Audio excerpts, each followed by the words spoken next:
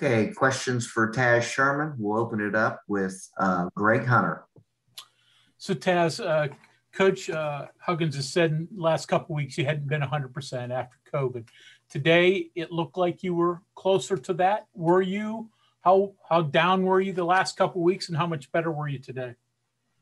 Well, I'm starting to get my wind back. Just going, being in the gym and practicing. I was getting my wind back. But it was mainly just dealing with the every day-to-day injury that we all go through as athletes. The little nicks that we have. My ankle I'm still recovering from that still. So we all deal with a little something. So I'm starting to feel comfortable again. So closer to 100% than you've been since before Texas? Yeah, I feel good. Again, like it's just the little things that we go through as athletes. That's kind of like, okay, I'm a little hurt, a little banged up, but again, we all go through that. But yeah, I'm feeling closer to 100% than I did at Texas. Yeah, well, not at Texas, but since then. Questions for Taz, please use the raised hand feature. Taz, our next question comes from Justin Jackson.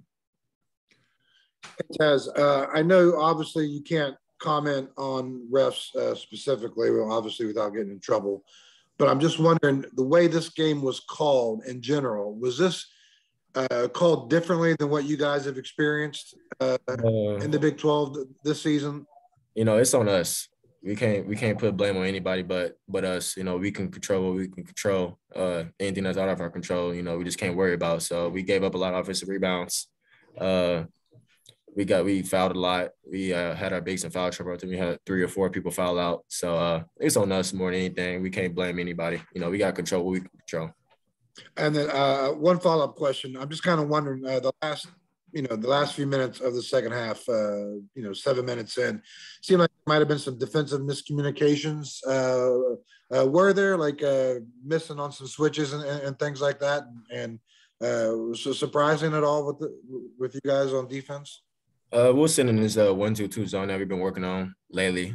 So it was kind of not new, but we really haven't implemented it in the game yet. So we were trying something because we knew there was better drivers than they were shooters. So we were just trying to try something new. It worked. It worked to an extent, but with the second chance points, the not talking on switches, not communicating sometimes, that hurt us a little bit in that zone. Okay, thank you, Taz. Bob Herzl. Yeah, Taz, again, I don't want to get on the officials in any way, shape, or form, but when you have 50 fouls called in a game, how does that affect the flow of the game and your ability to stay in the game mentally and physically, I guess? Well, we just got to play through it. We're on the Power 5 Division I level, so we just got to play through all the touchy fouls and all the stuff now calls. We got to play through all that. It's hard as a player sometimes, but, you still just got to, again, control what you can control.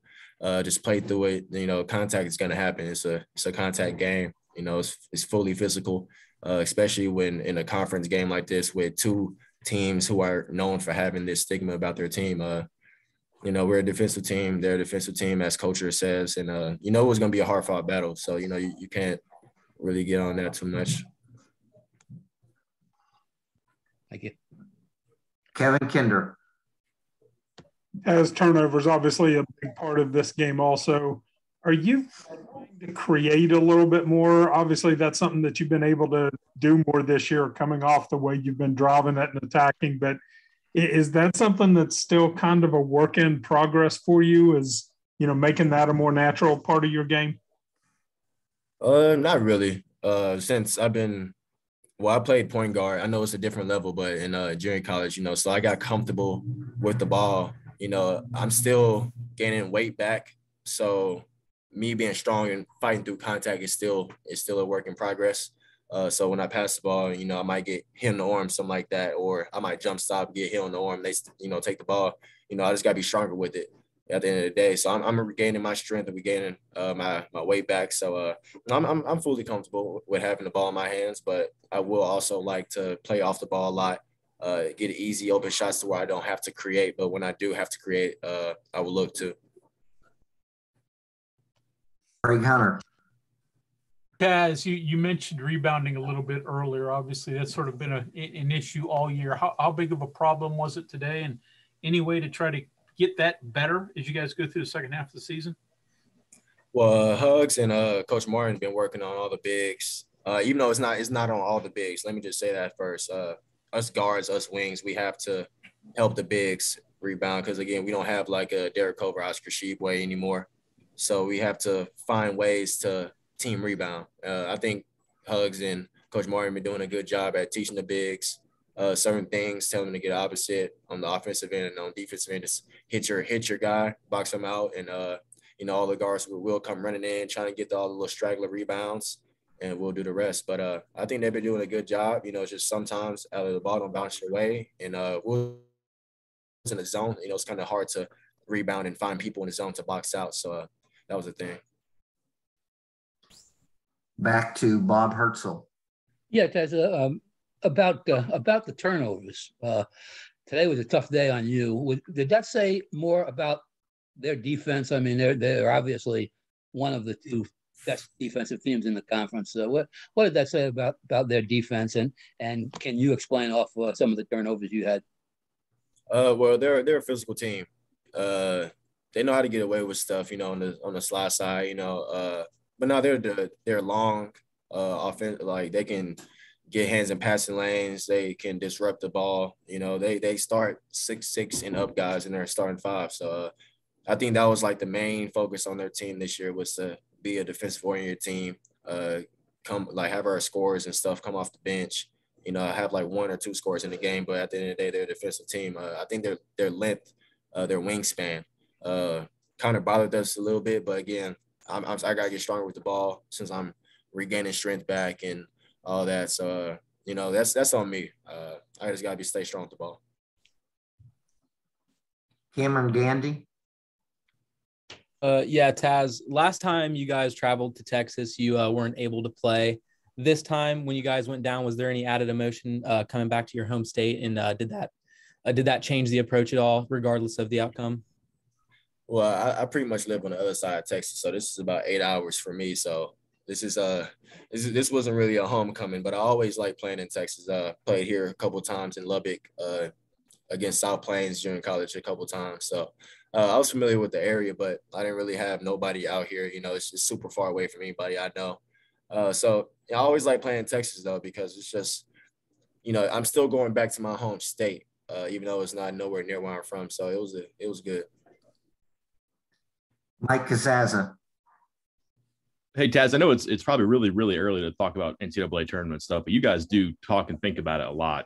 And I just wonder with the conference and the schedule, how tricky those conversations are, knowing all these opponents are stacked up and, you may have a day like today, but, Wednesday and next Saturday and the week after that, there's just as many opportunities to get it back. Is it kind of hard to focus on the big picture or even the little picture? Well, we want to focus on the big picture kind of later on down the road. Well, for me, I can only speak for myself. So I'm more of a day-to-day, like game-to-game type of person. I don't want to look too far ahead. You got to look at the obstacle and the task in front of you at the moment. And once you battle that, then you go on to the next one, and so on. Then when the time comes to where it's okay, we only have like 3-4 more games left. We need to take care of this team. This team needs to lose so we can be here, and then start worrying about the net record and all that. But for me personally, I'm a game-to-game type person. I focus on one team at a time, so I don't overstep. Is there any challenge in the fact that it's kind of unrelenting? There is no break or relief or day off. Well, being in this conference, you already know. I've been here 3 years, so I already kind of know what we're expecting. We're gonna play 2 games a week. Some of them is gonna be early, some of them is gonna be late. As a basketball player, you just gotta adapt. We all played AAU, and you might have a 6 a.m. tip off, 7 a.m. tip off in AAU, and you just gotta deal with it. It might not be the same level of competition, but you still just gotta bring that same energy, enthusiasm. You gotta get yourself ready for certain type of games. So yeah, it's a little difficult. The schedule is a little difficult, especially for us. The travel it's a little difficult too, but we just gotta find ways to fight through it. Justin Jackson. Taz, I guess my question is a little bit similar. I'm just kind of wondering, 3 games, 3 or 2 against top 10 teams, obviously 1 against another top 20 team today. how critical of a juncture is this now for this team? What's the message for the team moving forward after this the 3 games? Well, my opinion is we really haven't beat a team that is worth beating. You know, like we played good teams, good mid-majors. We played a good Kansas State team, in my opinion. I think they're good, but we haven't had that team that we beat to where it's like, okay, West Virginia beat them. Lost to Kansas, lost to Baylor, lost here, and lost to Texas. You know, we didn't have me and Gabe and Kobe, but right. Those are the top 4 teams people say is in the top of the conference. So if we want to be one of those top teams, we have to beat one of those top teams, and we'll see them all again. You know, we'll see them all around one more time before the conference tournament. So we'll see everybody, and then we just got to capitalize. We got to beat the good team so we can say we're a good team. Our final question to Taz goes to Ryan Prick. Hey, Taz, I know you're a guy that likes to get your teammates involved, and that was obviously a point of emphasis for you early in the year. You guys are averaging 7 assists over your last 3 games. What are your thoughts kind of your ball movement, and is that something that really concerns you offensively right now? Well, I feel like we got to get into our offense a little better. We gotta make sure everybody knows the offense. You know, it's been a little hectic because, you know, when you go into conference play, you know, teams scout just as much as you. So as much as we scout other teams scout us just the same. So you already know, take away 2 players, let everybody else figure it out, you know, but we have to be a team that adapts to that. So we just can't have me and Sean just dribble, or Malik, Key, JB just dribble at the top of the key and no ball movements going on, you know. All eyes will be on the person dribbling the ball. So I feel like we gotta do better. We gotta get better movement on the court. We gotta pass the ball better. We gotta get in the sets better. Hey, Taz, thank you for your time. No problem.